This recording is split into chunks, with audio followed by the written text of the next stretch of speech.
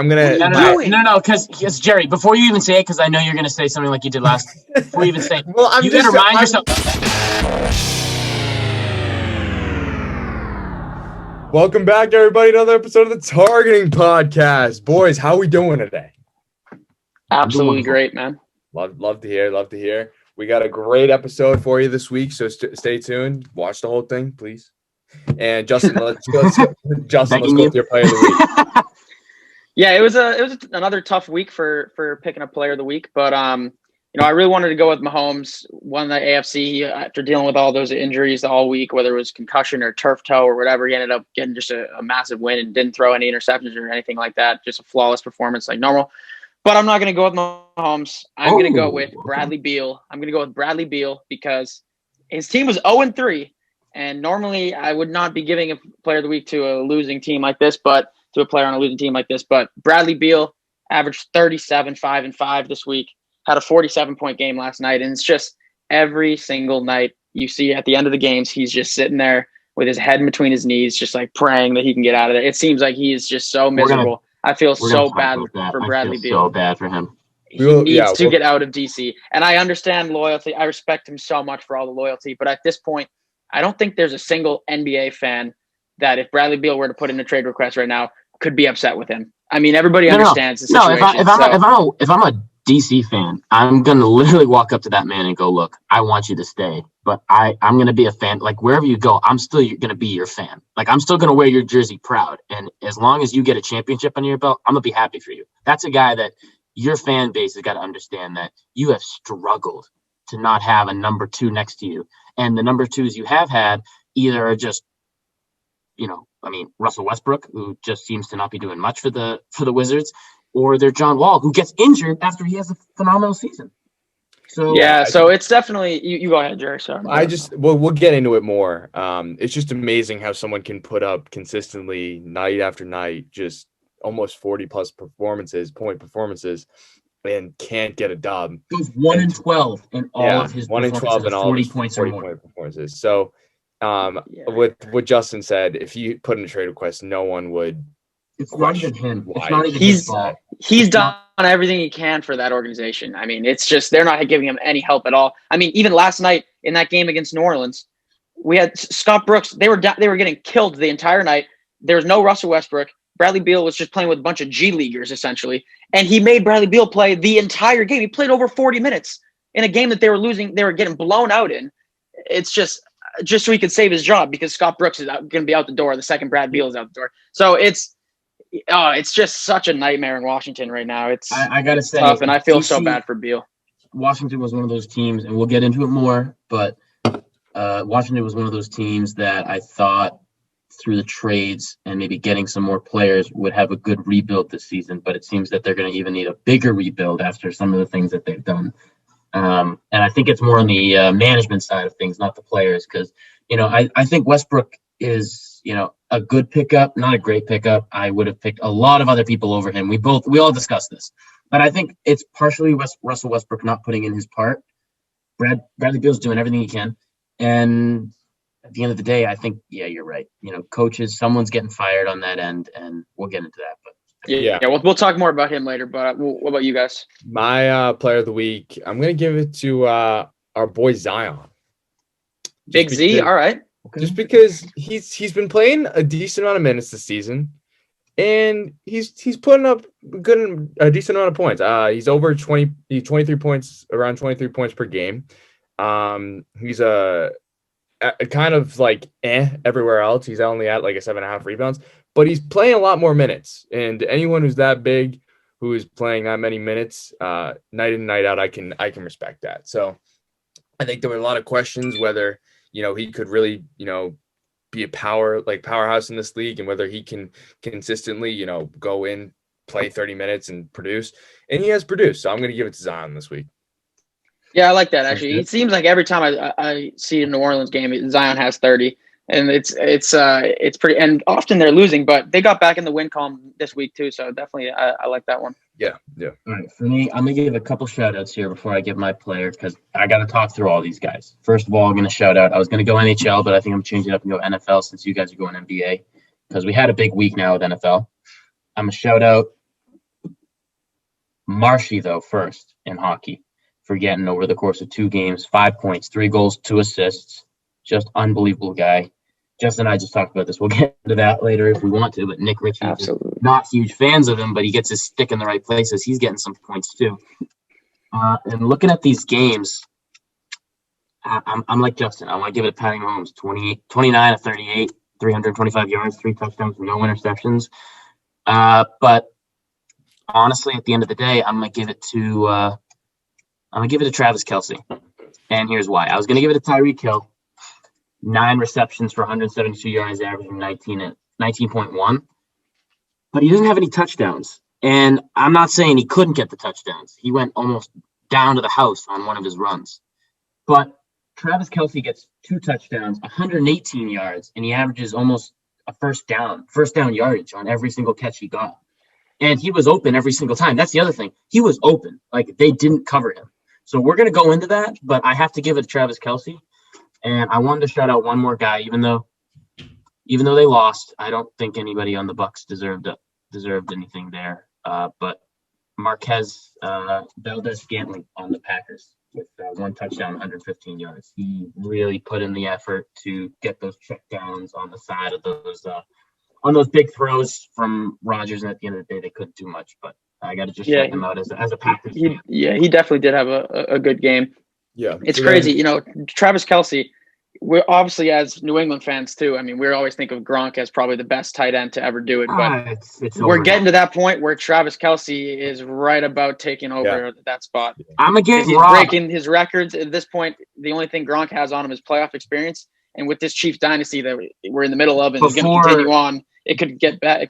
Kelce, I think, will be the best tight end ever when it's all said and done. Retires, I'm going to say Gronk is easily in my opinion, the second best, or at least in the top 5 easily, but I would say second best tight end to have played the game.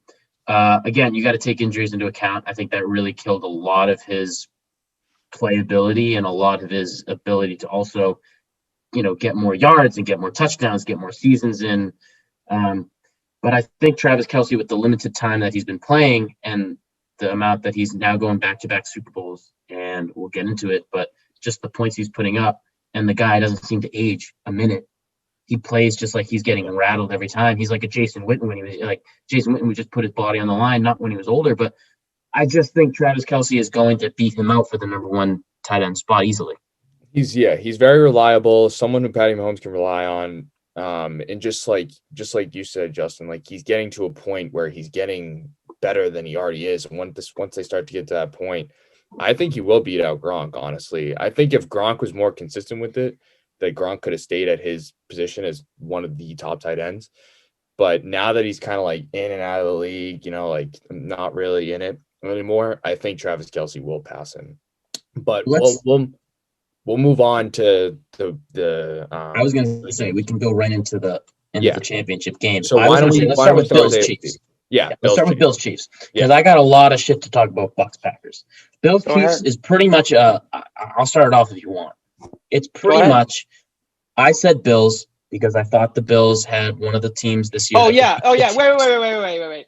You and Jerry and our special guest Mike Silva, if you're listening, all of y'all took Buffalo. And I'm so proud of my KC. Well, let me just say, I didn't even think I was making a hot take by saying that. Let me just tell you. I took the hot take on this one. I took the hot take, and here's why. Because Buffalo looks like a team that really came together over a couple of years.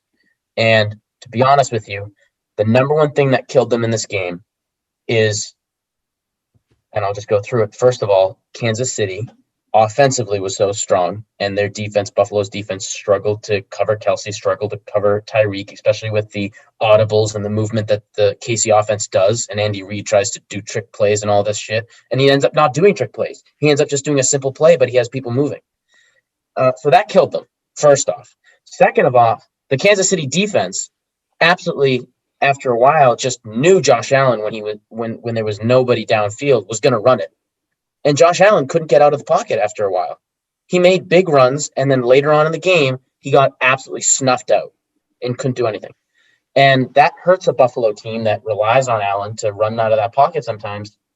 And not even that, but it's so tough for a team like Buffalo to go against a defense like KC and get downfield at 3 times, I think, and have to settle for a field goal when they're within 20 yards of the touchdown. And that's a team that has to get that touchdown at least 2 of those 3 times, and it would have been a much closer game. When they settled for 2 field goals, I think one at the half and one starting into the third quarter midway, that killed them because KC is going to come with a touchdown every drive after that, and there's going to be no way to come back from that. So I'm not saying they should have gone for it because they really got, there was a 3rd and 23. They got absolutely, killed on that defense. But it's just a team that I hate to see go down like this because they definitely had the toughest matchup and they could have done it. I think it's just the odds were against them. And I picked them because I thought that they were one team that could do it. Here's why. You go ahead, Jerry. Here's what I'll let Justin explain why, he's smarter than all of us. But with the Bills, the Bills, the reason why I had the Bills over the Chiefs in that game was because every news outlet ever, and I guess I was just me being susceptible to the media, was like, Mahomes is not 100%. Mahomes. That's another thing I didn't take. Mahomes got a concussion. Yeah. Mahomes got turf toe. When he comes out, when he's playing that game, he is not going to be 100%. And I didn't know really what Mahomes not 100% looks like. That man is frustratingly so good. I hate every other aspect about him. His family, just his general, how he plays the game. But he is so. I hate his family. But you gotta respect him at the end of the day for how good he is. He is so good to the point where, I'll say it right now. I think he'll beat him. I think he'll beat Brady out in Super Bowls. I'll say that right now. Is that going to be your hot take? One of your hot takes? And that's going to be my hot take today because I am going to sit down and agree with you probably because at this point, 2 back-to-back Super Bowls so far. The way he is just so good, and the level he's playing at with his team is just. It looks like what Tom had with the Patriots, but it looks even better. It's not like because there were plenty of games where the Patriots ran into teams and they were down and then they got back up. Chiefs are just running over everybody. Doesn't matter which team it is. Every team they are running over. If Patty Mahomes was still in that game versus the Browns, you bet your ass that wouldn't have been a close game. And it still wasn't. So, I just think this and dude... Mahomes, though, even if it is a close game, Mahomes just has a way of winning them. Even if it is close, one possession. He just wins. He's not going to lose. That's another thing. That's another thing. Well, go ahead, John, and then I'll let I was just going to say, look at this offense here, okay? You have this offense style where this is another thing that I'm going to get into about the whole Super Bowl, which we'll get into when we talk about it later.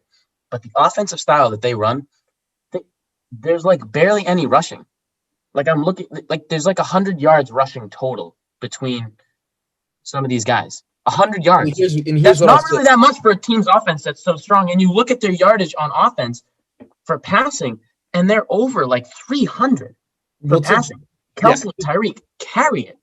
To Justin's point, too, Mahomes doesn't let you try to win either.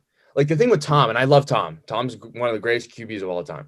But the problem with a lot of Tom's teams when they won their Super Bowls was you recognize that there were plays on defense that had to be made in order for Tom to win.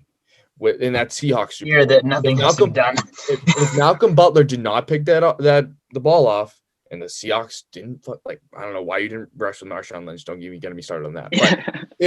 But if Malcolm Butler didn't pick that ball off, Seahawks would probably win that game. If the Patriots defense didn't get that fumble in the second half for the Patriots to get the ball back, they probably wouldn't have won that game. There's a lot of stuff. Mahomes doesn't let you get in that situations. He doesn't let you get the ball back. He gets a first down. He also doesn't get touched. Yeah. He doesn't get touched. He either rushes out of the pocket, he chucks it downfield to Kelsey, who's wide fucking open because for some reason when Mahomes runs out of the pocket, everyone thinks, oh, let's go chase after Mahomes and leave Kelsey and Tyreek open downfield.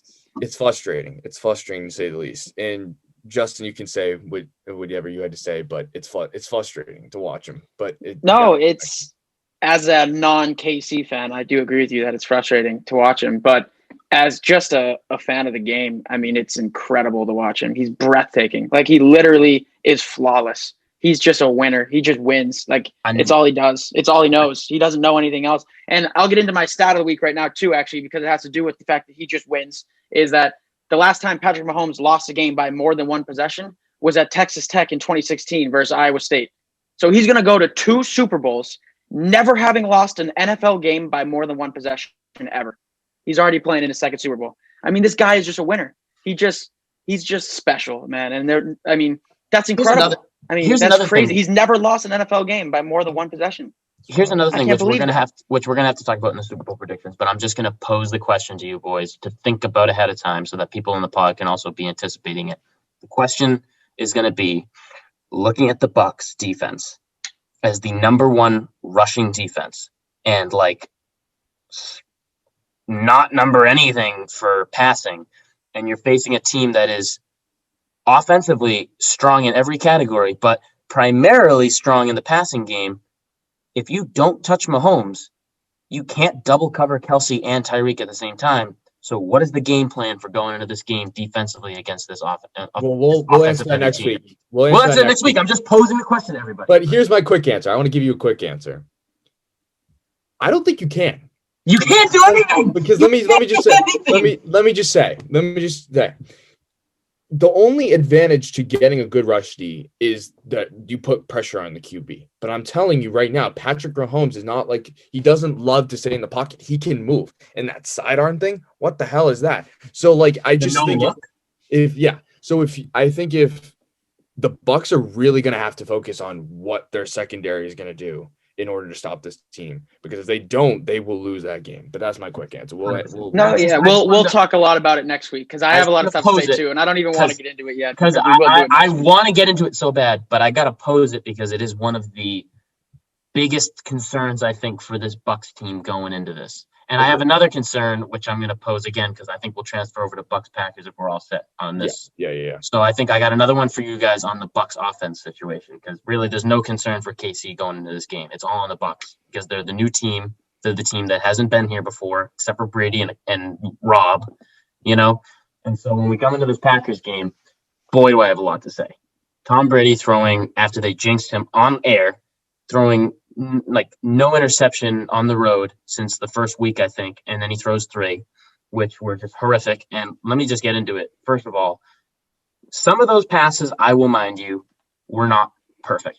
But for all you Brady fans out there that hate him and think that his passing game is terrible, he's out of his age, whatever, and you want to say it was all him, there is no reason that if a ball is in the middle of Godwin's or Mike Evans' hands, arguably 2 of the best receivers on the top 100 list, there is no reason that a ball that is in their fingertips should be tipped out of their fingertips by no defensive player. They just miss it, and then it ends up going into the hands of a defensive player. There's no reason that they should even miss those passes. And I'm honestly just looking at the stats of Chris Godwin and Mike Evans, 51 yards for Evans and 110 for Godwin. Honestly, you guys can say that those are good. Those are terrible for what that Bucs team did. They're absolutely horrific because Godwin and Evans missed too many passes. They didn't connect on a lot of things. Mind you, it is also on Brady too. Fournette dropping check down passes too. So my whole thing, and we'll get into the game breakdown, but my whole thing with this team is, I don't know if it's the connection between Brady and the receivers. I don't know if it's Brady's age. I don't know what it is, but something has to be done offensively, and we cannot be seeing dropped passes like these because Casey's defense will smother Brady if he doesn't get the pass off. And if he does check down passes like that and you miss it, they're going to get lit up. And if you miss big passes downfield, you're not going to have an offensive heavy game. So that's all I'm saying with that, to pose it for next week, because that's what the Bucs offense struggles with right now. Yeah, rushing.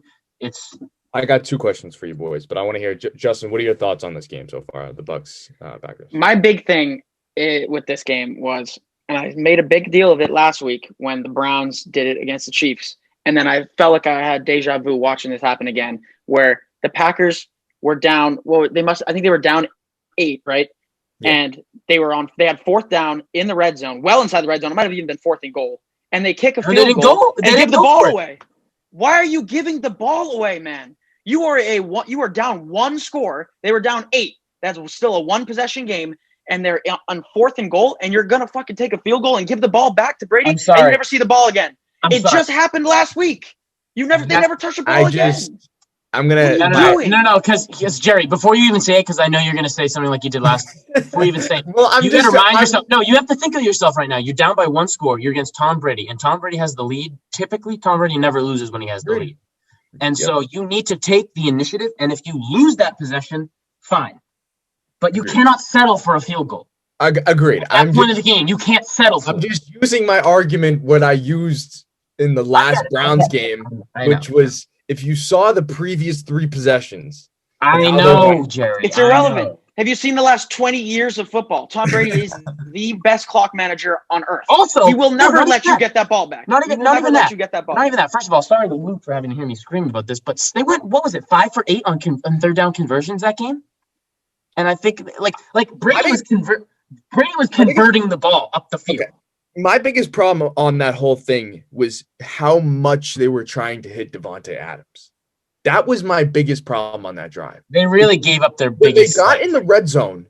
They literally just let Devontae Adams run his own route, and now it's all Rodgers was looking for. Not Lazard, no one else, which was my biggest problem with that whole thing. You do need to be looking for more people. Which is why I don't think that if they gave a chance for a 4th and goal attempt, I don't think they would have got it because they were just looking for Devontae Adams, and he was not open at all. Like, they had one of the reason they had one of the highest powered offenses all season was because with Adams going so hot, it opens up so many other things. And with Adams not having a good game, the whole offense seems super choked up. I mean, Brady kept throwing 4th quarter interceptions. Green Bay kept 3 and outing. I mean, how many chances do you need? Eventually, Aaron Rodgers, you have to step up and do something. That's on the line multiple times. You're 3 and outing and punting the ball away. That's another thing. Can I get right into my what the fuck moment? Because it goes right into this. I got 2 questions posed. Okay, that goes right into this. First of all, it's basically the what the fuck moment of the week is on the Packers, which I was rooting for because when, Patriots don't make it, Packers are my favorite team. Always has been. And I love Brady. I respect Brady. I'm happy with Brady winning. I really, at the end of the day, don't care. But I wanted Rodgers to win because he had the ability to win this game. And when you get, like Justin just said, 3 interceptions and you get the ball back in pretty good territory, mind you, it wasn't bad positioning. You weren't touchback. You weren't 10-yard line. You had pretty good positioning. And you go 3 and out on all of those. And you don't even convert even a field goal or anything. You don't get any offensive momentum. Nothing. That kills you defensively. That kills you offensively. That just kills the whole entire mood for that game and that whole Lambeau Field. Second of all, defensively, I am not one person to blame anything on one player. And I'm not going to. But I will. I am going to blame a majority of the Buccaneers' luck in this game. I'm going to call it luck because it shouldn't have ended up this way. I'm going to blame a lot of it on King, number 20. There's no reason. I love it. You ready? I was furious with him. There's no reason, and I'm sorry to this guy, but I don't care how good of a pick you were in the fucking draft. I don't care who your daddy is. I don't care where your mommy is. I don't care what money you make. I want you gone out of Green Bay because for you to mistime a jump that poorly and give away a touchdown, that wasn't even the worst one. The mistimed jump, it happens, but it was pretty bad. Next, you have the worst coverage and you don't even stay on your man. You take your eye not only off the player you're running the route with, who's not even that good of a receiver. He's just pretty fast and he just ran a straight route to the end zone. Yeah. So at the end of the day, if they're going for it, they're just going for a Hail Mary like that. Yeah. Just stay with your man. Don't even look at Brady. Don't look at Brady. Ridiculous. And then the third thing that pisses me off even more. Now, mind you, it was kind of a shitty call, but also you can't be taking penalties when you try and cover. You can't start covering. In your eyes, better defense, and then give away a call that gives Brady the chance to finally end the game. The team could have got the ball back. You could have got the ball back. So I'm not one to blame a game ever on a single player, ever. But I am blaming this whole game almost on Kevin that guy. King. Kevin King was not very good at all. Not one bit. You not one gave bit. away I was livid with him. I was screaming at the TV like, "How? Two What are you doing?" touchdowns and the ball back. 2 touchdowns and the ball back. Yeah. That's it. And That's all I have to say that's on what I this. mean. Like, as bad as I feel for Aaron Rodgers, who in that press conference after looked real down, real down. He really thought this was their year. He could not believe that they had just lost that game. He was really hurting. And I feel bad for him. I really do. And I feel bad for the whole team. They deserve to get to a Super Bowl again. It's been too long, but they had their chances. I mean, how many fucking interceptions are you going to rely Tom Brady to throw in the fourth quarter? 0, and he threw fucking 2 or 3 in the fourth. So and I can't say like defensively, like, oh, if he didn't make those plays, then Rodgers could have done something, because at the end of the day, Rodgers can't be looking at his defense like that, because the defense and offense have to work separately here, but also motivate each other. But Rodgers can't say, oh, we're losing just because of those plays. I'm never going to say that, because Rodgers, as we said, Devontae, they had not stellar games for what they usually do, but they had the chances. The Bucks, they had their chances, but the Bucks offense in that game, honestly, wasn't what I thought it was, especially with Brady throwing interceptions. The run game wasn't even that strong entirely. I mean, Brady got smothered by Clark a couple times. I mean, Green Bay was all over them except for in the secondary. The secondary, they got beat, and they shouldn't have. I mean, Green Bay got the ball back a lot of times because Godwin and Evans missed the ball, which was terrible. But then when Green Bay slacks up defensively, or lets Brady just pick up easy plays that are like elementary, literally like youth football, timing a jump. Like, he didn't have to jump. You didn't even have to jump. It was a lob pass in that end zone.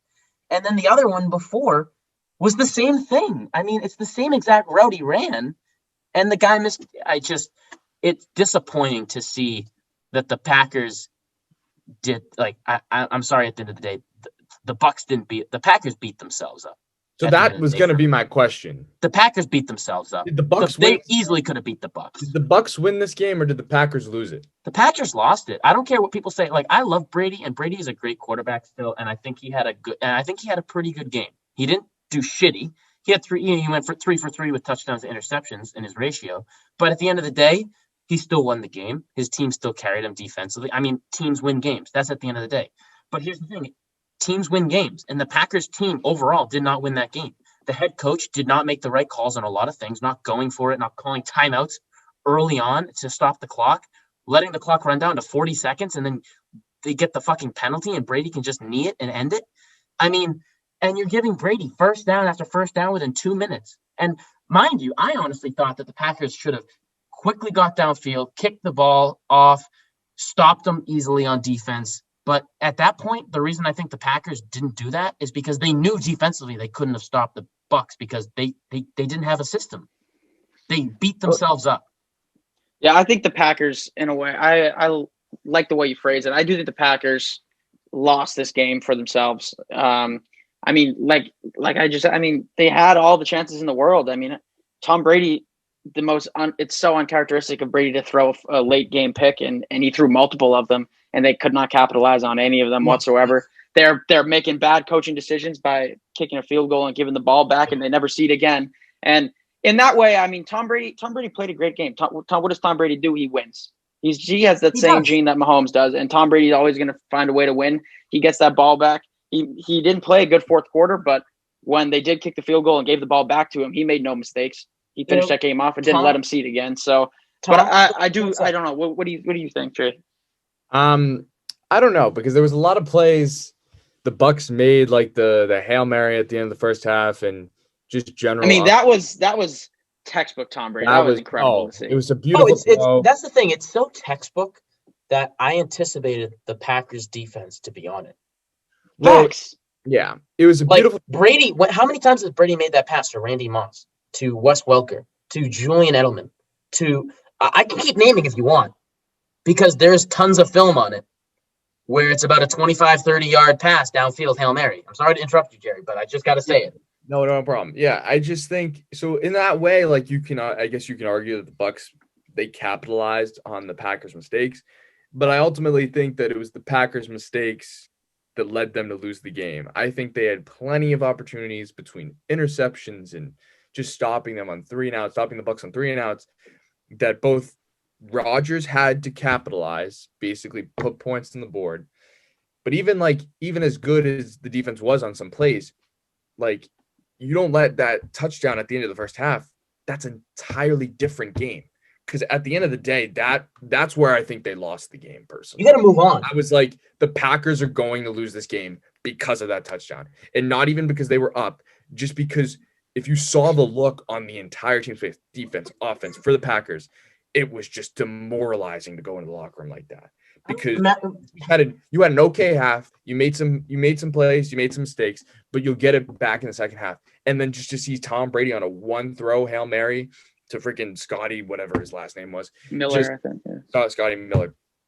That's just demoralizing. Who, by the way, says he's faster than Tyreek Hill? I don't know if you all saw that. No, it's not. It's not true. Look at me. I don't know about that one. I will say he definitely ran a great route. He definitely had his shining moment, and he's definitely a fast player. He's not faster than Tyreek Hill. He doesn't have the moves like Tyreek Hill. He just ran a quick, straight route downfield, got the ball easily because the ball was put perfectly in his hands.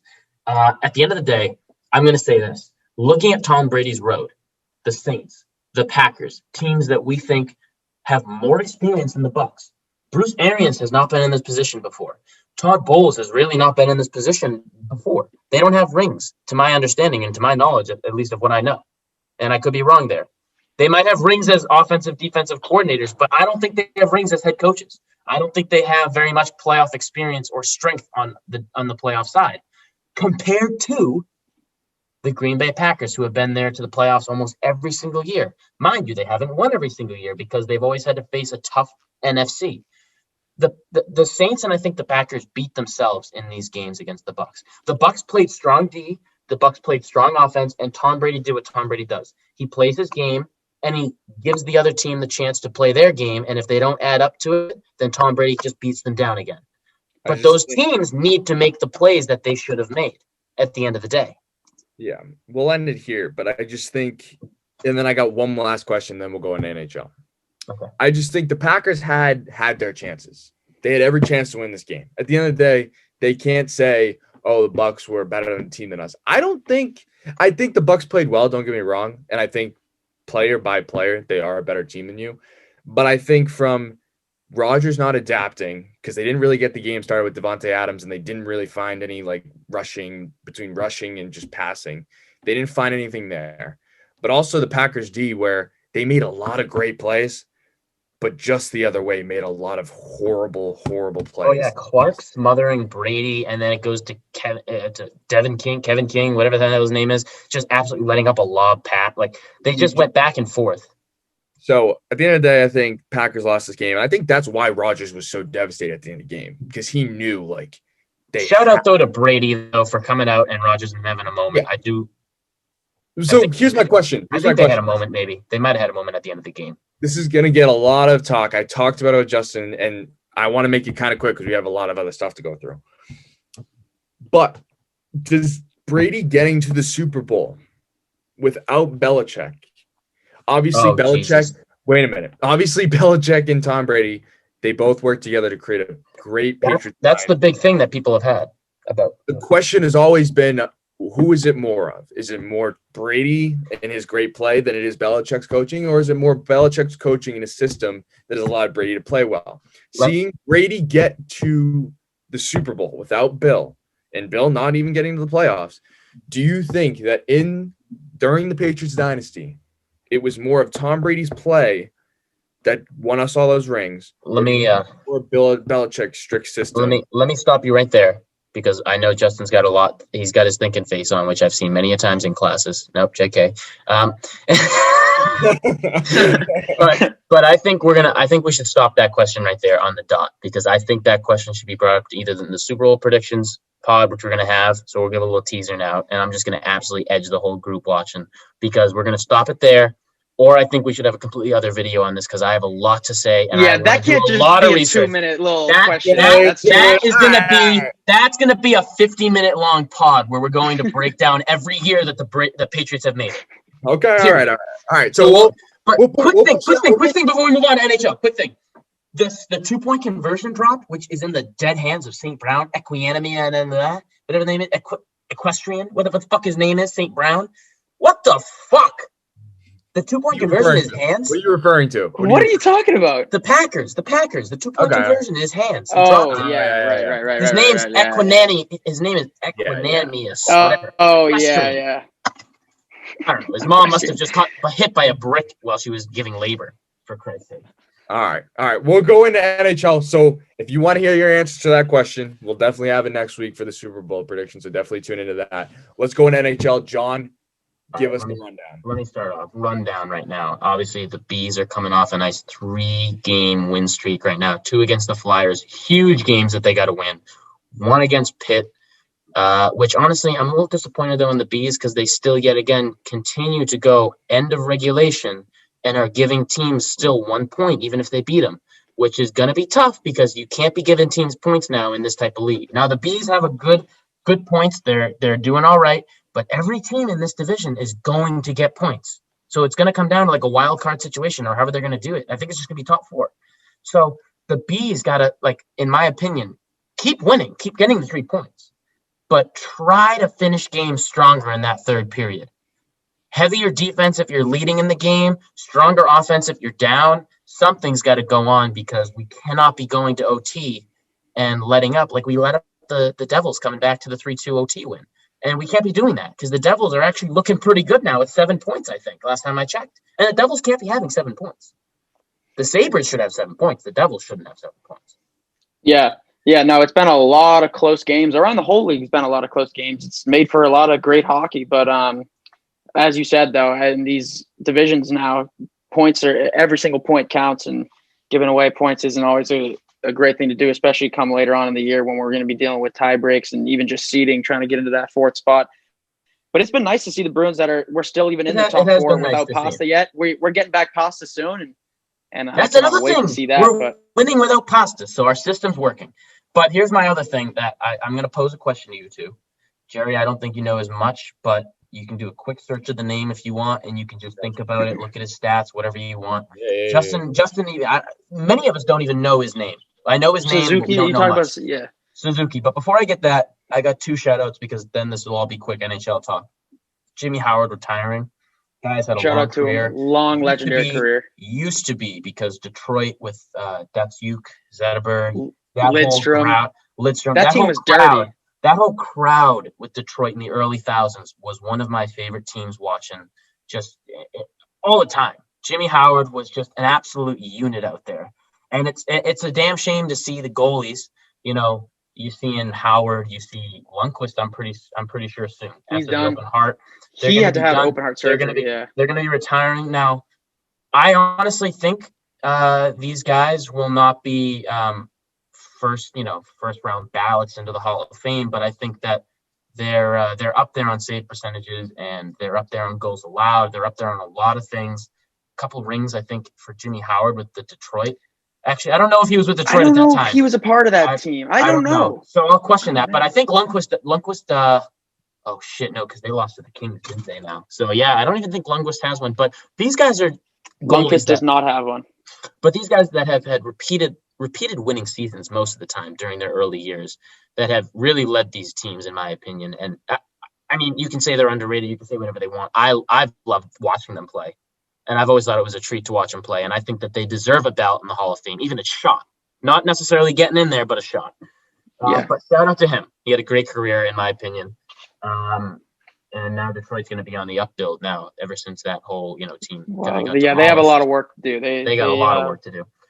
And now, and you lose Tomas Tatar as well. I mean, he's on fucking. I don't even know now. He went to, I think, Canadians, and he's been Canadians. I think you got it right. Yeah. And Gretzky, though, shout out to Gretzky. 2 days ago had his birthday. Well, 2 days from now, we're posting on the 28th, so he had his birthday.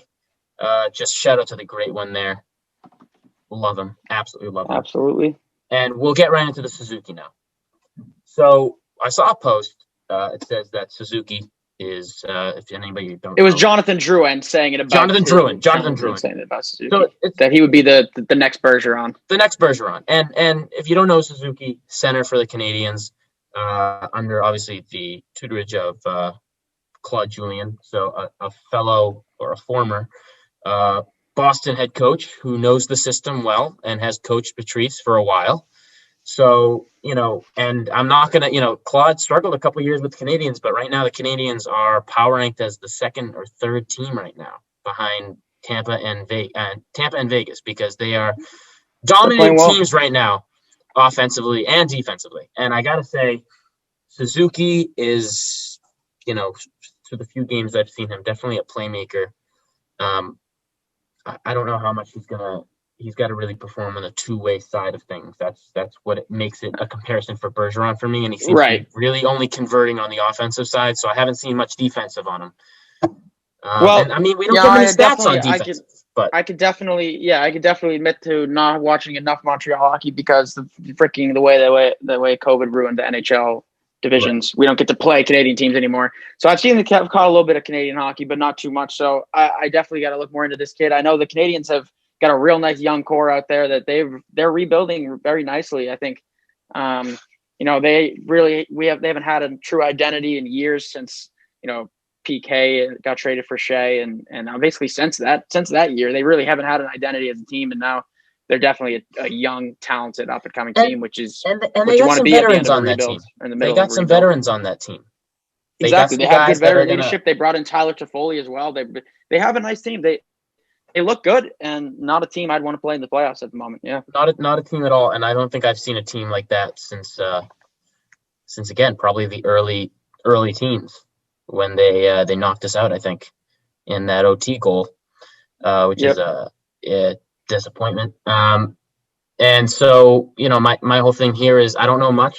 I just wanted to mention it because being on the lookout for stats, if this kid starts going, pretty high for a center and a young guy too. I mean, Bergey's never on the high stat leaders because he's a playmaker. He gets the assists. That's the thing with Bergey. So I can get behind it, but I got to watch more hockey. And I wouldn't put it past it because there should be more Bergerons out there. That's the type of hockey player that people should be, in my opinion, as a playmaker, a two-way player. The most ideal center for hockey. Exactly. And so if I start seeing this kid's numbers skyrocket in the next couple of years, again, this is a thing that we've got to keep watching out for. And that's just for him, if he wants to be like Bergey, it's going to take leadership, it's going to take offense, it's going to take defense, it's going to take playmaking, it's going to take it all. You have to just be the most well-rounded player you can be, and I hope all the best for this kid. He looks good. And what I've seen is actually in his junior years, I think it was his juniors, he wore the number 37 because of Bergeron. So he seems to be a fan of Bergeron. So it's not just he is a Bergeron. He looks up to Bergeron as a center. And I think most centers should look up to Bergeron. That is a guy that you've got to play like that. So if this kid wants to, shout out to him, hope him the best. We can move right on to NBA because that's a short one for NHL this week. You want to bring us into that, Jay? Yeah, bring us right into it, Jay. Appreciate you, John. So we have a lot of places to talk about. We can start where we started at the beginning of the episode, Bradley Beal. So this man, like John said earlier, the stat is they're 1-12 in games where he's had 40+ points. So I guess my question to you guys is, where do the Wizards go from here, and where does Bradley Beal go from here? Justin, do you want to start? We got to see. I don't know if you guys ended up how much of you guys got to see this week, but we got to see for the first time Rockets Wizards play this week. So we saw Wall and Westbrook and Beal all on the floor together, and Rockets ended up winning this game. John Wall looked very good, and you know what? It really makes me wish that John Wall had just stayed in DC, and I don't know what ended up happening because I know before that game, John Wall said, I have this extra motivation tonight because this team gave up on me and said I was done. And so of course, it's fueled the fire. I'm going to play great tonight. But he put in a trade request. I swear he did put in a trade request. But now when they ask him about it, and when they ask if you put in a trade request, he says no comment. So it's all confusing. I don't know what happened there. Apparently he says they came to watch him work out, and he felt that they didn't have faith in him to be a good player. He felt that they wasn't wanted. I don't know. No. Here's my thing. Bradley Beal is a phenomenal. I don't care what people say because I've always been a fan of him. I always have. I've had him on fantasy lineups like almost every year, especially early on when he had because he always had big nights. Like when he had a big night, he went off, and then he'd have great for years, pretty great, and then he had pretty average nights, which was good for him. So my thing with this is, if you're Bradley Beal, he wants to stay in Washington. He's a loyal guy. I don't know about anymore. No. He deep down loyalty wise. He wants to win that with Washington. But the problem here is his chances, or I think he's realizing that his his chance of winning with Washington has since been over for many years, in my opinion. Well, it wasn't that way because he was waiting out Wall's injury, and then we never got to see it come back. But it was never. He always had hope. He had hope that when Wall comes back, we are one of the best backcourts in basketball. Right. And I think that still could be true. I think Wall, as talented as Westbrook is, and just based on raw talent, Westbrook is better than Wall. But I think that Wizards team would be 10 times better if Wall was their point guard instead of Westbrook. I don't know about you guys. No. I agree with you. I think that the Wall trade, obviously, we talked about it. I didn't like Wall leaving right when he came back from the injury. And I didn't really like Westbrook going to the Wizards because I felt bad more for Beal in that situation than the organization. Because there was a chance that it could have worked, and for a minute it was exciting. And then we saw it on court, and Westbrook is fucking Westbrook. There's no changing who he is. He's not a winner, and I'm so honestly, I love Russ. I really do. He's a great guy, but I don't know what Russell Westbrook is in this league. He's he just makes you bad. Like, I don't even know where. If you say where should Washington go from here, Jay, I don't know what Washington does. You got to get rid of Westbrook if you can, but who's going to take him? Where should Westbrook be playing? I don't know. I personally think what team would ever want him. You don't want to get rid of Westbrook because you're going to have to if you want to keep Beal, because you really don't want to get rid of Westbrook because you just got him for a very big trade. I disagree. I think you're going to. I think you have Beal. You have to get rid of. No. I said I agree with you. If you want to keep Beal, which I think is what they want, you got to get rid of Westbrook. But my thing here is that Beal is going to want out. So there's really going to be very little ways to get Beal to stay, because who are you going to get for Westbrook? You just gave out John Wall. No one's going to want Westbrook. And so that's what I'm thinking is like, is it even too late to keep Beal? It's not even up to them anymore. I think it's too late. Beal probably wants out. For Beal, I want Beal, in my opinion. Again, I don't know how it'll work. I don't know if Beal will stay out the season. But my thing is, I want Beal to go to a winning team. I honestly, it probably won't happen. I'd like to see him go to the Rockets, though. That's what I was getting. I want him to go to the Rockets because I want him to be with Wall. I want him to be with that whole Rockets lineup. Here's what I'm saying. Rockets got picks now. Wizards. They can give the picks to the Wizards. Wizards, you got kind of fucked up with Russell Westbrook. The best thing you can do right now is just get picks for the future. Level up for the future because you're fucked now. And just. So who do you give up, though, Jerry? So Rockets There's no way. There's no way. They won't do it, though, because the Rockets know that if they do that, they are really screwing them over, because the only reason that they get so many points is because Beal puts up at least 40. Other than that, they'd be putting up like fucking terrible numbers. And here's my thing. My 2-seed prediction will still live on if that. Jerry, I am totally, and I think Justin wants this too, but we don't know how this will logically work. We want Beal to go to the Rockets. I think we all agree that. I don't think that's realistic at all. It would be cool. It's not realistic. I want to see Beal with Wall again so badly, I want to see it in fucking DC. But I really do. DC deserves that backcourt. But my essential one word, and I'm going to use the words of Russell Westbrook in his interview to this whole entire Wizards season, is what? In that interview when he does that, because that's what's fucking happening right now. Because there's no reason that Russell Westbrook has to continue playing Russell Westbrook basketball when the whole reason he got traded is because he played Russell Westbrook basketball and because he wanted to leave. Here's what I was observing too, and I don't know if you guys saw the videos after. It was like on social media and stuff, how when Wall and Westbrook were chirping back at each other, Beal was standing right next to Wall, staring down Westbrook too. So it looks like they're still good buddies, and I'm thinking so. If Beal should have said to the Washington front office when they were talking about the Wall and Westbrook trade, no, I'd rather play with Wall. But now I'm thinking back to it, and Harden was still in Houston, and the guy who got the first priority there was Harden, who said, no, I don't want Westbrook, so get rid of Westbrook. And Harden's a higher level of player than Beal is, so Harden got to say the word. And that meant that Wall had to come to Houston and Westbrook had to go there. And I think now that Harden's not even in Houston anymore, I think everybody would have been happier if Wall had just stayed in Washington. Oh, man, it sucks. I mean, I might be wrong with that because Wall seemed to think that Washington really rubbed him the wrong way. So Wall in that interview after. Washington really got fucked up here. They really got fucked up. Yeah. I think what happened, because I was confused on that too, because Wall was saying a lot of shit about Washington. I was like, didn't you put in a trade request to like win? Yeah. Like, I was confused. So here's what my whole thought process on it. Here's just a scenario. Here's what I think. I think Washington was gonna give up on Wall. I think he saw the writing on the wall. And so, Aha! and so I think he saw it coming. Maybe, I don't know. I don't know anything. So this is just a conspiracy theory. But I think he saw it coming, and that if he put in a trade request, that it would almost be better for him as a player, just like kind of, because they're all kind of like ego conscious of themselves, self-conscious of themselves. I just think that if he put in a trade request, it would look better for him than for them to deal him for Russell Westbrook. Right. Yeah. That's what I think happened, because there's no reason, unless he's just completely psycho, there's no reason for him to just back out on what he already said, which was he wanted a trade request. Why would you be mad at the organization when you wanted out?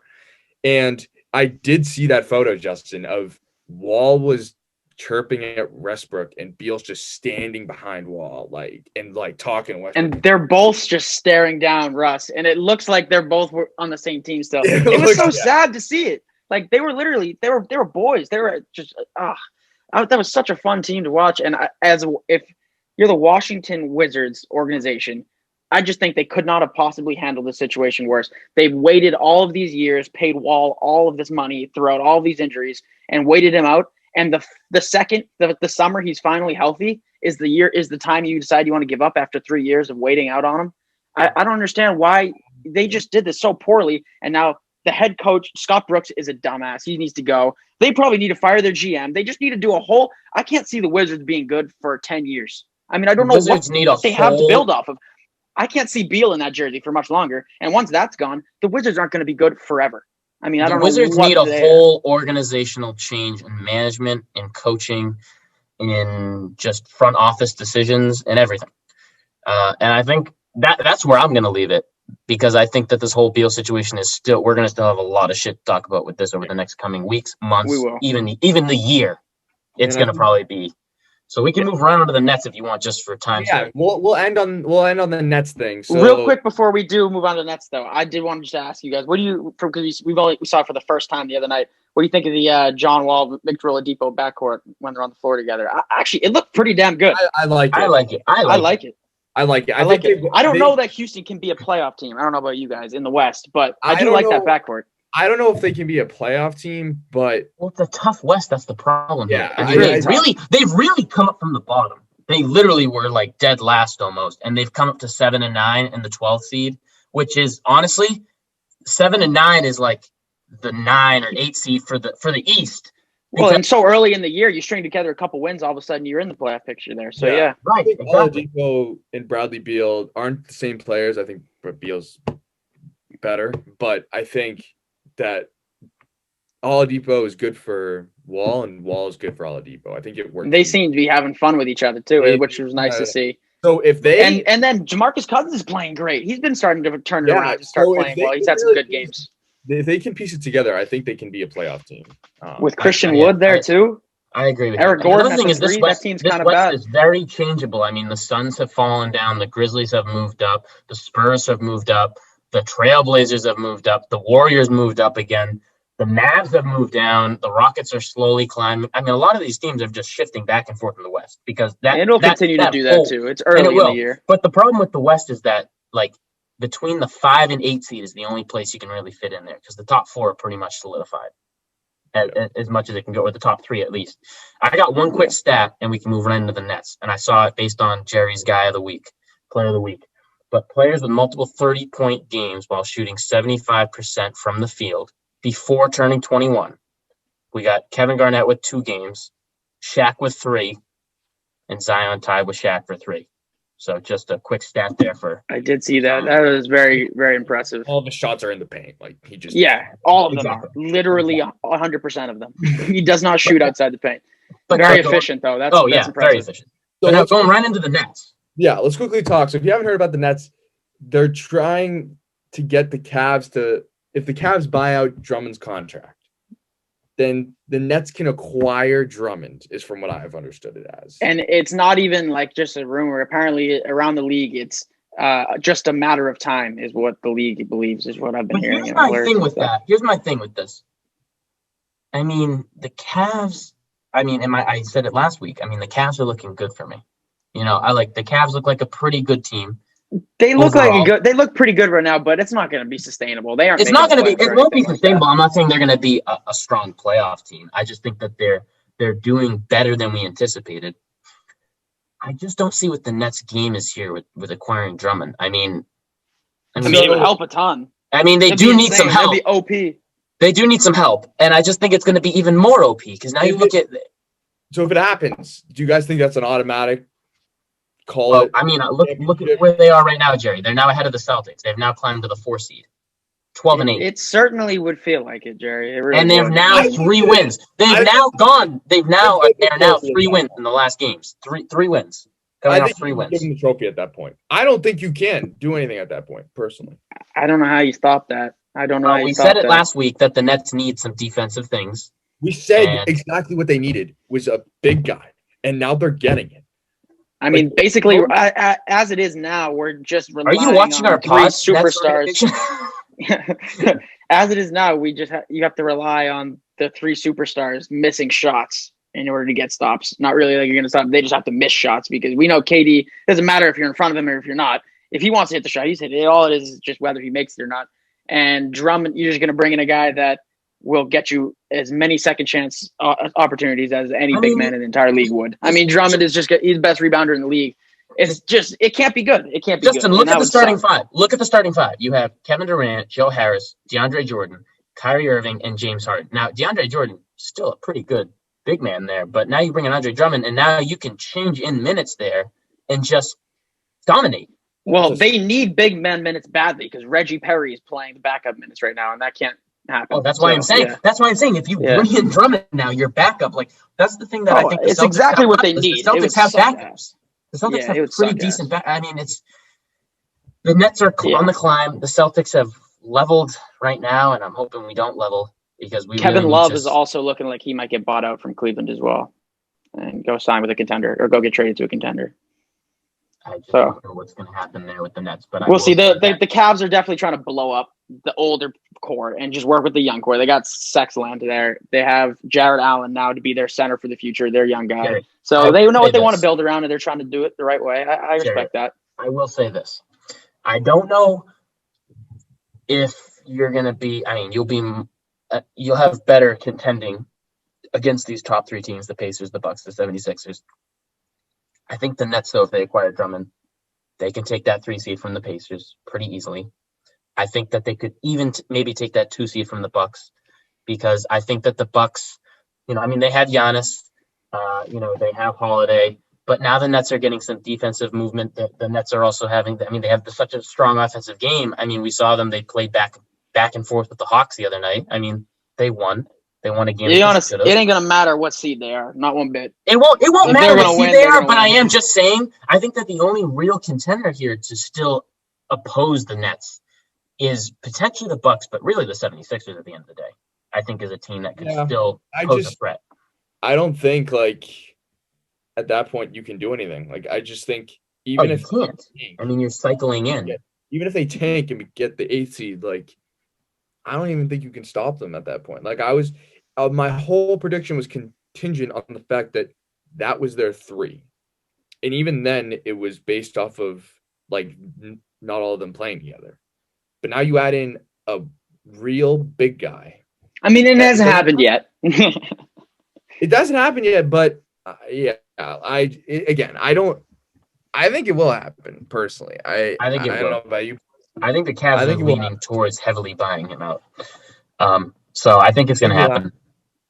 And I think Drummond probably wants to go there. So I think it's going to happen. 100% he wants to go. Who doesn't want to go to the Nets at this point? Who doesn't want to go? Especially Drummond, who's going to be the backup center now, or at least, I mean. Oh, no.